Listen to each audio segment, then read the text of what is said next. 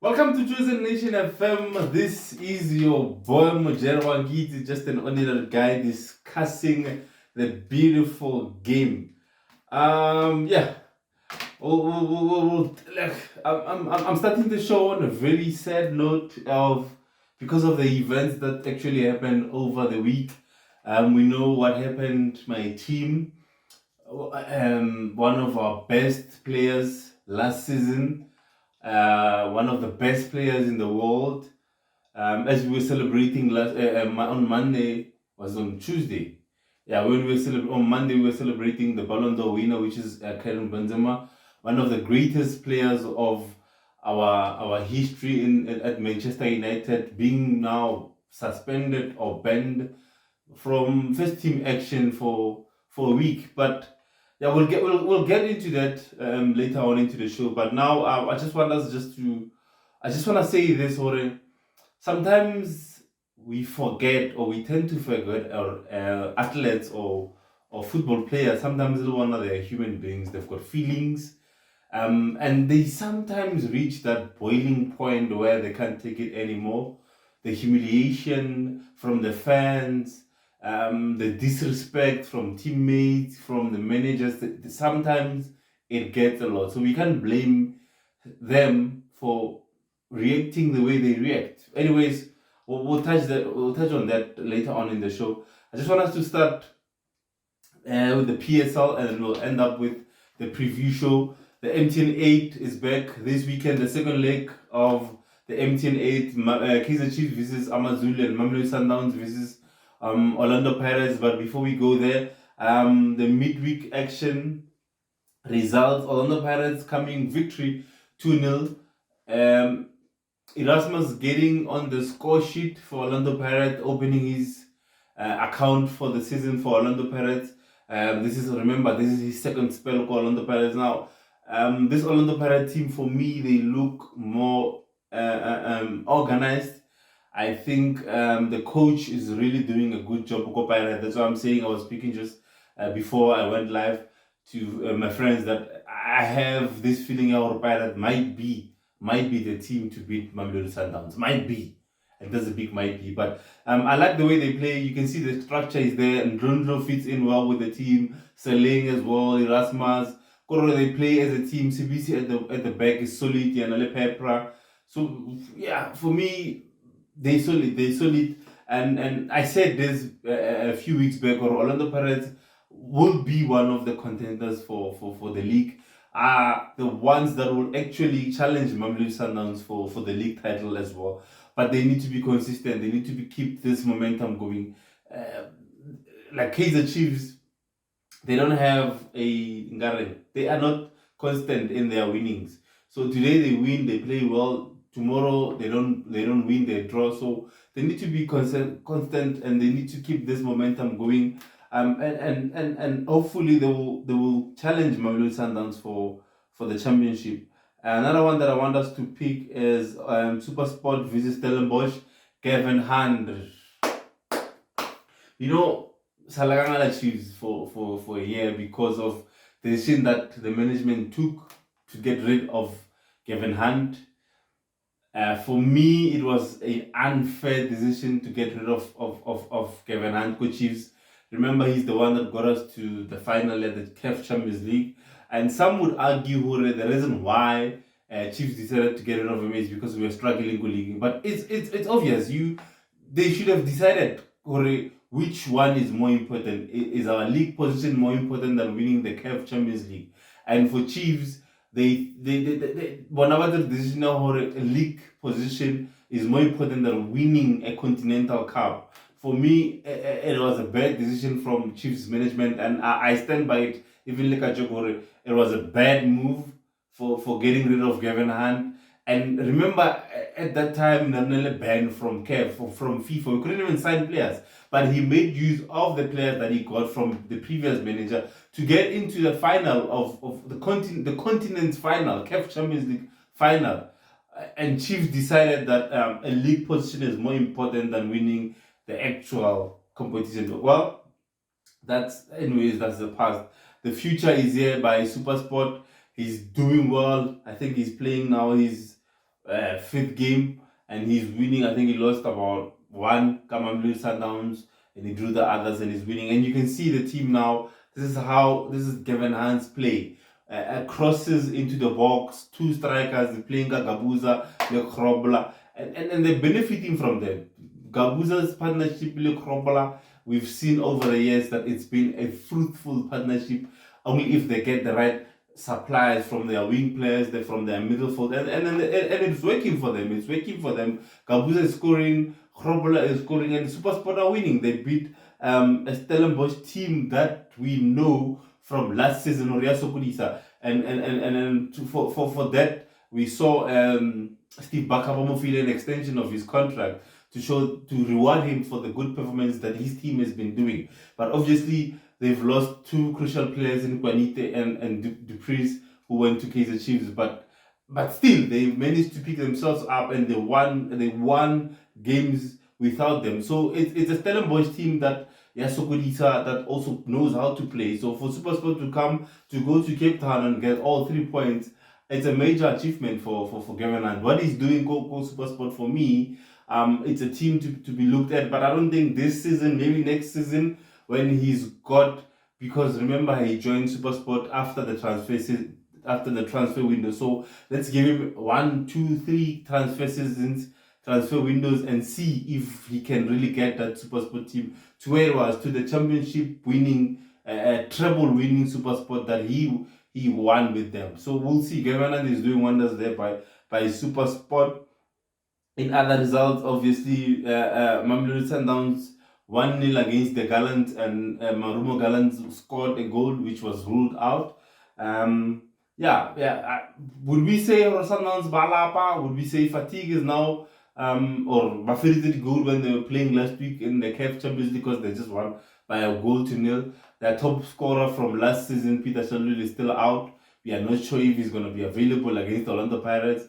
But I was just saying, in terms of quality-wise, Mamelodi Sundowns have that in a packet. They've got so many players that they can play there. They can play false nine. For me, one of the most consistent players in the PSL, Themba Zwane, can play as a false nine. Serino can play as a false nine as well. I am not sure about Alende and Nazir if they can play there as well. And I think Banele Thamso Kutumela as well, who can play. Lebohamo Boy, I'm not sure where he is, if he's still injured or if he's fit, he can also play there. They still have Ralani, surprise Ralani. So there's many options they can try out in the absence of Peter Shell, but obviously it's going to be a big miss for them if he's not going to be in the weekend game. But as we heard from the club, they're not sure if he's going to make it for the MTN8 clash against Orlando Pirates. Kaizer Chiefs 2-2 draw against TX Galaxy.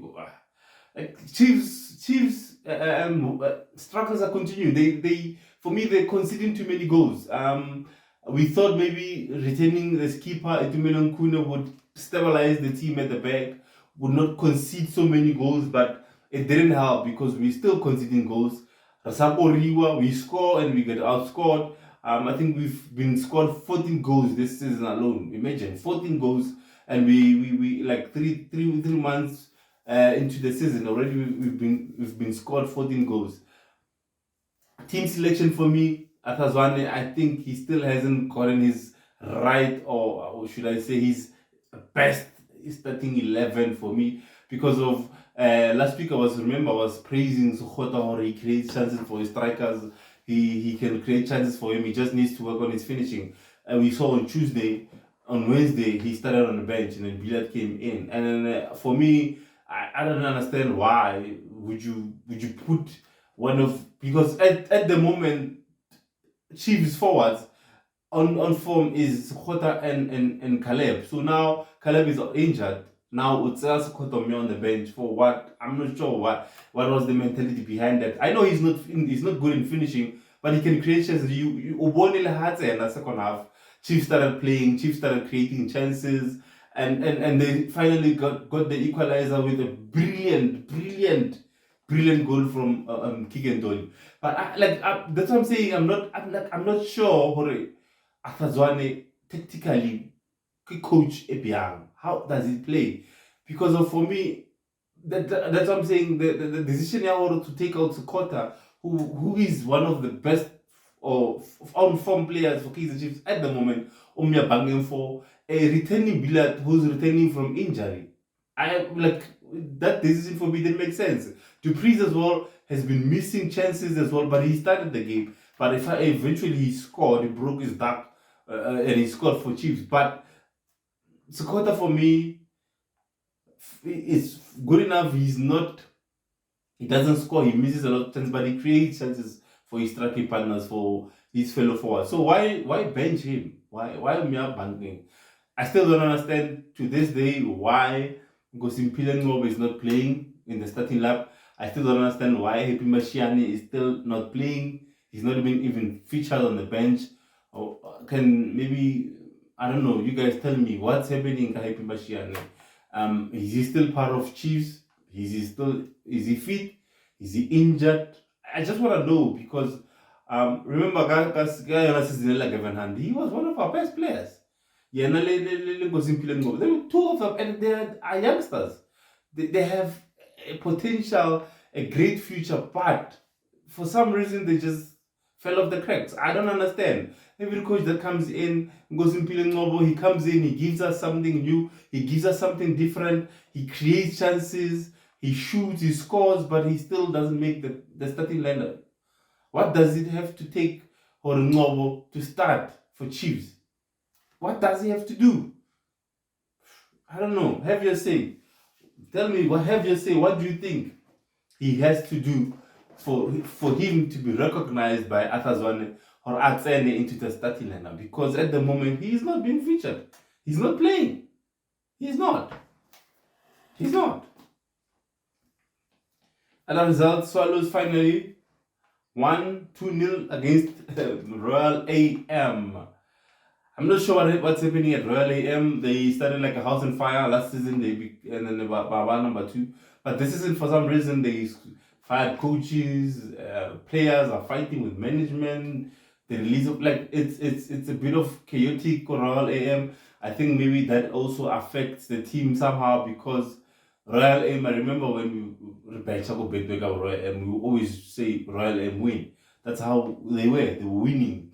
They had this chemistry in the team. They were winning, but now Ashifao, for some reason, now we see the cracks in the team. And going down to Swallows, who've also been down and out, who got rid of Dylan Kerr as their coach now. They've got a caretaker coach,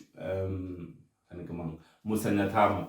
So he's got his first win as the caretaker coach, and we'll see if the chairman Otamofa, the permanent position, or they're still looking for a new coach. Now looking forward to the weekend, the MTN8 Wafa Semi Finals, second leg. We start with Kaizer Chiefs versus not Kaizer Chiefs, sorry. Mamelodi Sundowns versus Orlando Pirates, Polo Kwane. The score as it stands is 0-0 aggregate. So it's all to play for. Sundowns without possibly Peter Chalulile. Orlando Pirates fully squad. I think it's going to be a tough game. Unlike the one that we saw go Orlando, where Orlando Pirates were the ones doing the attacking more, and Sundowns were just sitting back, absorbing the pressure. I think this time around we're going to see an open game. Both teams are going to go for it. They have to. They've got nothing to lose now. It's 0-0 score. They will take this as a final because of you need to score in order for you to make it to the final. So I foresee this as a very interesting game of the weekend because both teams, we know they can attack. They've got the quality as well in terms of going forward to middle field, in terms of getting the goals. I think Pirate might pull up a surprise and beat Mamelodi Sundowns. And I know a lot of you will say, Naga, the Sundowns, obviously, they are my rivals, but Pirates, they're my biggest rivals. But given given how Pirates have been playing lately, if they can continue with this momentum, as I said, what the coach is doing at around the Pirates is for me is incredible. His team, the way he lines up his team, for me, it's good. So I think Pirates might pull up a surprise and beat Mamelodi Sundowns. That's my opinion. Have you say what? Who do you think? What's your final score? Mamelodi Sundowns versus Orlando Pirates. What's your final score? But Mamelodi Sundowns are Mamelodi Sundowns. As I said, they've got the quality, they've got the depth. They can be able to play three teams. That's how they've got. They can play three teams. So it's gonna be a very interesting game. It's both teams to win for me. Pirate might pull up a surprise, but it's both teams to win. If you were to bet, it's both teams to win over 1.5. You know what I mean. Level of a bet way. And on Sunday, Kaizer Chiefs play against Amazulu go Durban Moses and Mabhida Stadium. Aggregate score 1-1, 1-all. Also, all to play for, but Amazulu have got an away goal, like very crucial away goal. So Chiefs have no choice but to go and try to score the first goal, because that's the most crucial goal. If Amazulu gets the first goal and then Chiefs have to score two more in order for them to take the match into extra time or even win the match. So Chiefs have to go and give it their all. Go Amazulu. Remember, Amazulu are still they do have a coach. The guy who was coaching Marumo Callans is at Amazulu now, but he's still new. So Chiefs have the upper hand. The coach of Amazulu is still fairly new. So, but Chiefs, they've been missing chances. Someone said Atazwano also Falasan Mfana because of he's even getting grey hair. That's how much Chiefs is stressing him. They're missing chances. They create chances. But the nice thing, the advantage about this Kaizer Chiefs side is they do create chances. They just need to finish them. That's it. They need a finisher. They need someone to finish those chances. They created about 20 goals against Chippa United, but they only scored one. But they created 20. So they need someone who can finish Kaizer Chiefs. And for me, again, I'm saying Kaizer Chiefs win or draw. And a draw is not good enough for Kaizer Chiefs. Amazulu are going to the final. So we'll see what happens over the weekend. Coming back into the EPL. Midweek action. Liverpool won 1-0 against West Ham. Nunes scored his first goal at Anfield. And I think they said they recorded top speed. Yeah. I think the record nearly held by Kyle Walker. I just forgot the kilometers per second, all of those things. But yeah, he broke a record of the fastest 100 meter or fastest speed recorded in EPL player. So Liverpool, after a win against Manchester City, are building up to that, and they won 1-0 against West Ham. Top side, are they now back on track, or it's just it's a phase? They still need to get things right, but we'll see. Manchester United versus Tottenham. A great performance by Manchester United. The first that we've seen since, I think, pre-season, or not even since pre-season. For years, we haven't seen Manchester United like that at Old Trafford. They pressed, they created chances. Lloris made, I think he should have won the man of the match if Manchester United, obviously the man of the match were not there for the winners. But for me, Lloris pulled off some very important saves. Xavier Shaw, Bruno, Rashford. Rashford bafuita akono and the moon. Like like keep up ball. Rashford no raka short like a bouncy. No, not plan. So yeah. But anyway, so we created a lot of chances. We played like a Manchester United team that I love and support. Grew up watching, pressing, creating chances, dangerous on the attack. Look, that team, the performance that we saw on Wednesday, Manchester United, that for me is what I would like Manchester United to play like. But history doesn't serve us, because we play like this and next week we play shit. and the other week we play average, and that other week we play again this kind of football. But I believe in Tarkhal. This is how he wants to play, and unfortunately at the moment he doesn't have the players, but the ones that he have, he's using them, he's utilizing them the way he wants them to play. I feel Fred on the day was great, created chances, was creating the press from the back. Bruno was that Bruno has 6 months ago. Rashford was average with missing chances. Sancho, Anthony, Casemiro. Now we finally have a CDM.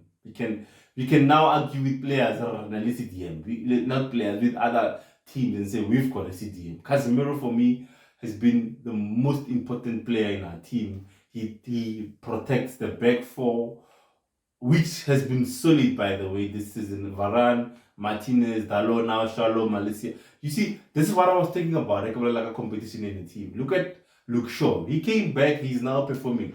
Malaysia now has to wait his turn.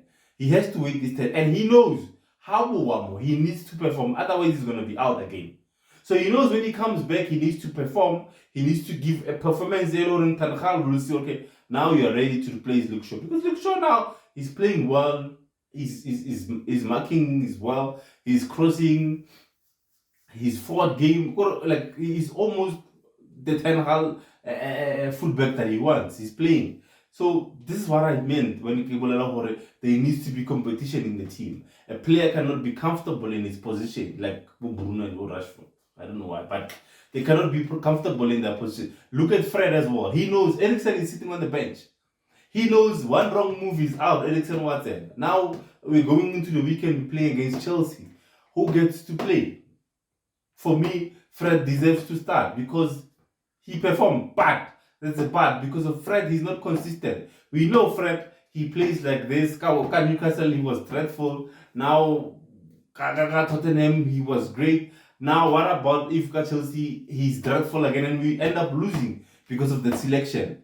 And then we've got a player on the bench, which is Eriksen, who's given us nothing but the best since he came into Manchester United, except the game here at Manchester City. So it's a dilemma that Ten Hag needs to sort out. Who does he play? Does he play because of form, the current form, or does he play because of his favorite or who he prefers in that position?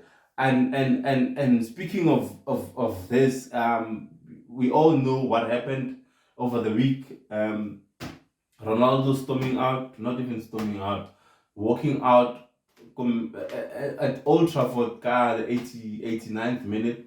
Match also failed, just going down the tunnel. And I was fighting with people on Thursday. Yesterday. I was fighting with people. Kemela Ronaldo was one of advocates of Ronaldo and saying Ten Hag is disrespecting Ronaldo. Hey, why doesn't he pick him? He should have started. He should have been substituted at that game. I mean, like we were winning 2-0. So why not put Ronaldo the last 20 minutes, 15 minutes, let him play, and Ten Hag decides not to put him in. I was one of those guys saying, hey, but wait, let me tell you something. There's a saying in my culture, Taba gets about already. Our piano. Because we acted without knowing the full story. So now we knew Cristiano Ronaldo refused to come on as a substitute and walk down the tunnel. At the dressing room, he packed his bags and left. He packed his bags and left.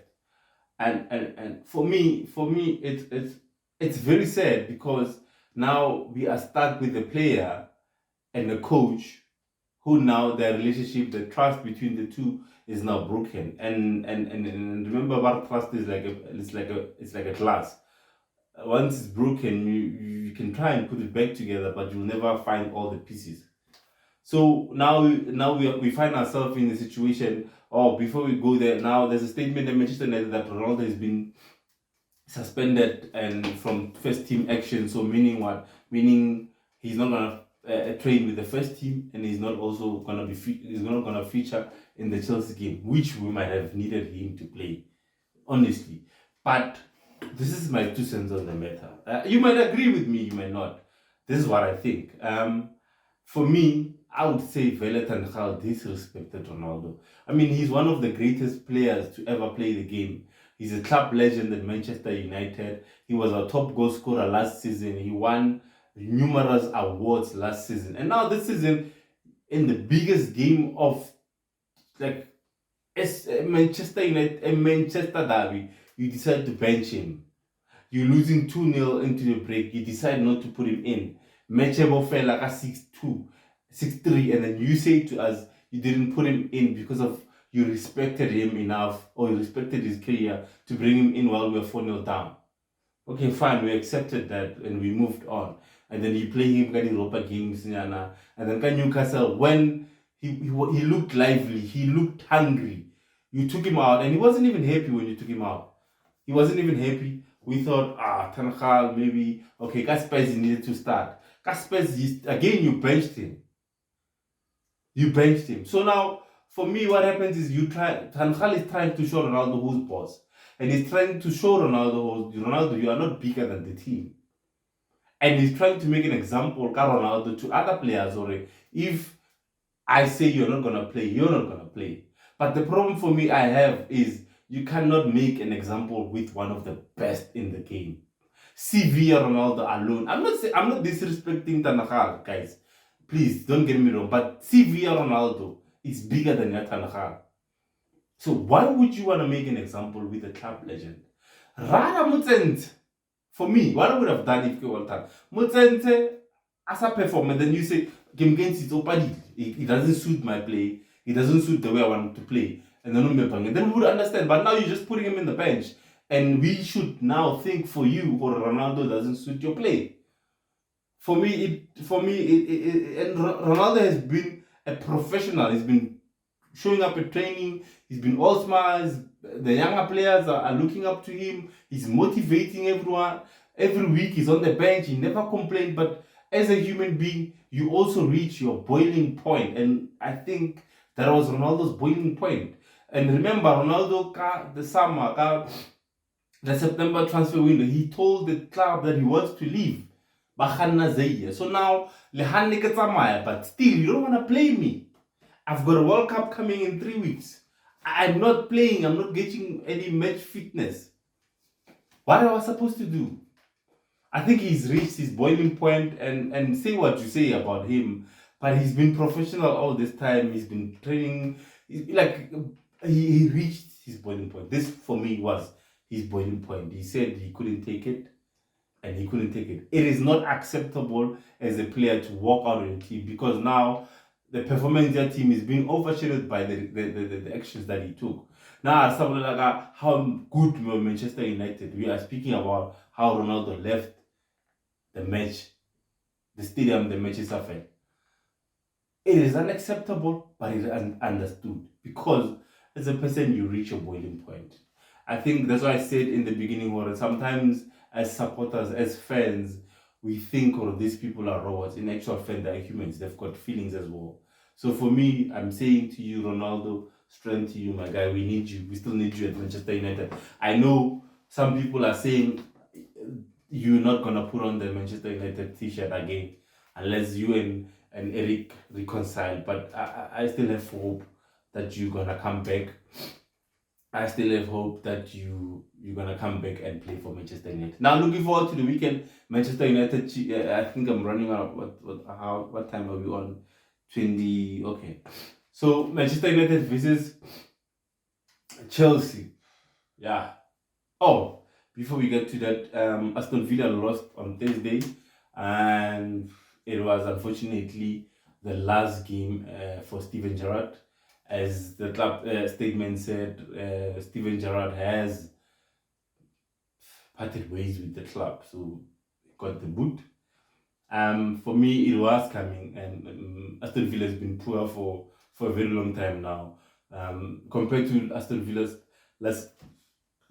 compared to last season's one, this one was, for me, it was not one of their best seasons or the start to the season. So it was bound to happen that Steven Gerrard got the boot. I remember even Nogewakova, Scott Parker go Bournemouth. That there's Steven Gerrard, there's Frank Lampard on the side, Baba Luzang week in week out, but they are still there. So why would a team that lost to City, Liverpool, and Arsenal, and they played 5 games, won 2 of their games, and lost those 3, back over the coach, whereas our Gerrard and Lampard they played 5 games, they won only 1, or they even didn't win, they drew and lost. So for me, for Gerrard, it was coming. Yeah, he had some good spells for Aston Villa, but unfortunately, the results didn't work on his favor. So yeah, they had to let him. They had to let him go. So who's your favorite to take over the team? Pochettino is available. Tuchel is available, but I had to check Tuchel are the England job. So we'll see. We'll see what transpires for Aston Villa. So Manchester United visits Kaizer Chiefs. I got the Chiefs banner. Manchester United visits Chelsea, the biggest game of the weekend at Stamford Bridge. Graham Potter's side visits Eric Ten Hag. Obviously, the game will be overshadowed by the suspension here, Ronaldo, but I'm hoping that it doesn't disturb the momentum here, team. I'm hoping that the way we played Old Trafford on Wednesday, we can continue with that momentum, go Stamford Bridge, and hopefully beat Chelsea. Remember, Graham Potter also gone out among at that Chelsea side, so he's also still trying to find his feet. He's still trying to find his best level. He just lost Reece James to injury. So Kante is also out. We've just had a club statement, I think, this week saying Kante is out. He's out also of the World Cups. He's gonna come back early next year.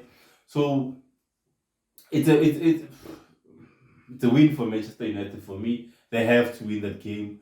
We've got an advantage over Chelsea. They drew against Brentford on Wednesday, a 0-0 draw. So yeah, they haven't conceded yet. They haven't conceded so many goals under Potter, and we also haven't conceded a lot, except for the four Brentford and the 6 our noisy neighbors. But besides that, we've been solid at the back, especially since we introduced Casemiro there in front of the back 5. So I see a very difficult tactical game. Both defenses were gonna be solid. I see like a slight 2-0 win for Manchester United. Yeah, give Mpolaeng 2-0. 2-0. City are playing against Brighton. Well, obviously, I see a high scoring game here because of, remember, Bachiweke Liverpool and the Beast. He didn't score. He didn't have an assist. So I think we'll want to prove a point or now. I am not dead. I am still alive. So I see a score lines is still there for Brentford. I think not Brentford, Brighton. Manchester City are gonna win more than 3 goals. Liverpool playing against Northern Forest. I think it's the first game of Saturday. Will Klopp side continue from where they left off against City and against West Ham, with the Northern Forest team that has been really struggling, particularly 11 players. Remember I said they bought 11 players. They haven't really gotten their mojo going. So I see Liverpool also winning that game. It's not going to be that difficult for Liverpool to beat that team. The league leaders, they're going to St. Mary's or Southampton, which is a very difficult ground to play at. That Southampton team, it's so you can't really tell which side you're gonna pick up. So Arsenal, I see Arsenal dropping points for me, honestly. I know a lot of Arsenal supporters would say I hate Arsenal, but St. Mary's, Southampton, I foresee you guys dropping points. I see you getting a draw or even a lose for St. Mary's. I don't hate Arsenal. I've given you guys credit, but I see you guys dropping points against Southampton. Newcastle playing against Tottenham. Will Tottenham be able to redeem themselves after that lose? Yeah. Manchester United. They were kept quiet. Song and Kane were kept quiet by Varane and Martinez for me. So they will also, Kante's team would also need to come out and play. Remember the win Everton wasn't really convincing. It was just like a grab and go, smash and go. So they have to come out to play now. Then if they are if they really need to contest that top four spot, they have to come and play at Newcastle. And Newcastle, like Italy or not, they've got really good players. I think Saint Maximum will be back. I'm not sure about Colin Wilson, but we'll see what happens. Eddie Hall side, maybe they'll pull up an upset and Spurs lose the second game in a row. But yeah, we'll see. We'll see how it goes. So yeah, we'll see how it goes. Can Spurs find their feet back? So yeah, guys, that's it for me. From me, yeah, guys, oh, yeah, I still have time, but yeah, that's it for me. We'll see how the weekend goes. Manchester United, will they continue their form against a newly looking team of Potter? Will City now get back to our scoring boots, or will Liverpool as well get the momentum going? Or the league leaders, will they struggle, or will they continue on form again and at St. Mary's? This is your boy Mujera. Remember, prevention is better than cure, than risk it unless you have it. See you again next time.